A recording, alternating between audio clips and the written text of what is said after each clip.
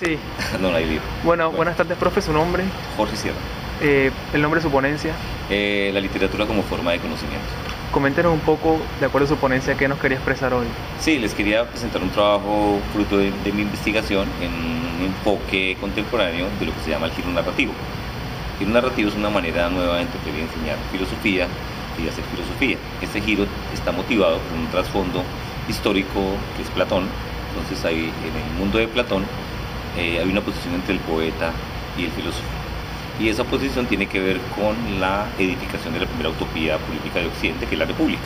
Entonces, según Platón, hay que expulsar a los poetas de la República porque los poetas mienten como los sofistas. Entonces, nos prometen la verdad, pero en el fondo lo que nos dan son mentiras. Entonces, lo que obviamente Platón hace es una crítica a la democracia, que consiste básicamente en decir que si uno sabe más, tiene más derecho al poder. Dado que el filósofo es el único que tiene el conocimiento absoluto de la verdad, él tiene derecho a mandar sobre los demás. Entonces, eso crea una especie de dictadura, pues, sí, una especie de como dictadura académica, con base en la verdad, o una especie de despotismo ilustrado. Es mejor hablar de despotismo ilustrado.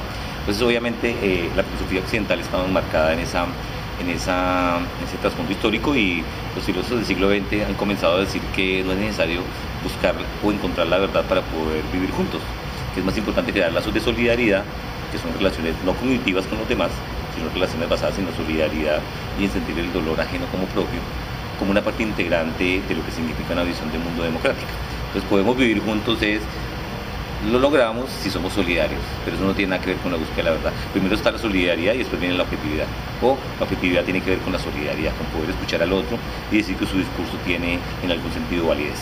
Pero entonces usted utiliza dos mundos, un mundo, la literatura y el mundo de la filosofía. Sí. Hay un choque, hay roces, hay... Entonces, en Platón hay una exclusión, porque chocan. El uno es mentira y el otro es verdad. La filosofía es la verdad, porque es muy parecida a la matemática, es una ciencia, una superciencia. Mientras que en el caso de la tradición posterior, de la tradición de la que yo me encargo ahora, se muestra que justamente el discurso más falaz es el que dice encontrar la verdad. Muy paradójico, ¿no? Porque en el fondo no da cuenta de lo humano, porque dar cuenta de lo humano es ser consciente de la enorme complejidad y la enorme variedad de los estilos de vida humano, y ser consciente de que ninguno es mejor que otro. Entonces, la literatura nos educa para ser tolerantes y para imaginarnos vidas, y que esas vidas nos importen, que son valiosas o no, que sencillamente porque no cuadran con un determinado ideal, entonces piensan todos los excluidos socialmente. Entonces, se supone que la democracia tiene como proyecto histórico y político ser cada día más inclusiva con aquellas minorías. Entonces, usted solamente logra incluir gente en su comunidad si entiende que la justicia es una lealtad ampliada, ¿no? Yo amplío la lealtad de mi grupo y voy metiendo más gente y más gente. Eso solamente se logra si la literatura muestra que hay estilos de vida que son valiosos, y si a mí la literatura, con sus formas complejas de narrar, me vuelve más sensible al dolor ajeno. Pero ¿y eso no hace que usted convierta la literatura en un tipo de filosofía también? No, es que la literatura es un tipo de filosofía, lo que justamente niega Platón. Entonces, lo que descubre los filósofos del siglo XX es que no hay diferencia de género entre filosofía y literatura, ambas son narrativas. Y como narrativas son simplemente aproximaciones a lo que consideramos verdadero, pero no es la relación que existe entre una ecuación matemática y la verdad que está expresa. O sea, las verdades morales no son como ecuaciones matemáticas, en eso se equivocó Platón. Entonces, lo que muestra obviamente el liberal contemporáneo es que el discurso literario tiene una función de educar, si se quiere, sentimientos morales para volvernos más solidarios, y el discurso filosófico no puede hacer eso. Sencillamente, las razones abstractas de la filosofía no conmueven, ni abren mundos nuevos ni perspectivas nuevas para sentir obviamente modos de vida diferentes al propio. Desde su posición, ¿la dicotomía realidad-ficción se acaba entonces? Sí, ese es como el gran fardo, la gran carga, la gran cruz que arrastró la tradición filosófica desde Platón hasta hoy.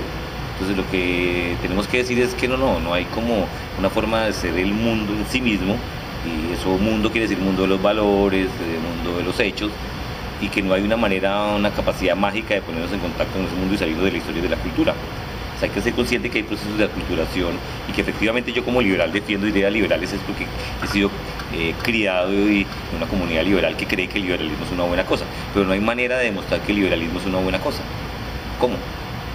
¿sí? No hay un fundamento último, un argumento último. Entonces, la manera que yo tengo de convencerte de que seas un liberal y que incluyas más gente y que hagas respetar más derechos de minorías excluidas es que tú seas sensible a ese dolor. Pero eso no tiene nada que ver con una tarea cognitiva. En el sentido de una investigación acerca de la verdad, porque captando la verdad voy a amar al prójimo, en un sentido incluso cercano al cristianismo, ¿no? Digamos, en espíritu, digamos que si me preocupo por el... De hecho, un cristiano es lo más intolerante y lo más excluyente, ¿no? O sea, Dios te ama, pero hay un asterisco donde dice aplican restricciones, si eres homosexual, si eres negro, si eres de otra religión o no. Entonces, eso tiene sus inconvenientes. Una manera de acabar con el fanatismo y el fundamentalismo es considerar que no hay un tipo que vea la verdad y que nos diga cómo debemos vivir. Profe, para terminar, ¿usted entonces se considera usted mismo como un filósofo de segunda categoría?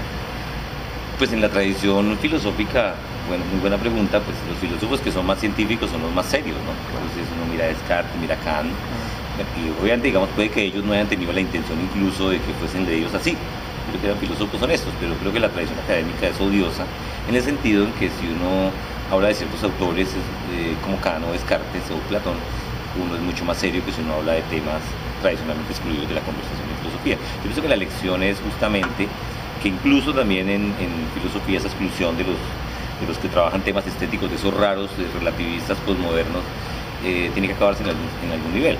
Es decir, en el fondo es un mito creer que efectivamente alguien tiene la capacidad misteriosa de encontrar la verdad para todos, ¿no? Como si alguien pudiera dictarme desde afuera cómo debo vivir mi vida, ¿no? Tiene que ver con eso. Profe, muchísimas gracias. Bueno. Gracias por estar en Cartagena y ojalá vuelva nuevamente. No, yo feliz de estar en esta bellísima ciudad y de recibir no solamente el calor de la ciudad, sino también el calor de la gente que me ha acogido. Listo. Muy gentil.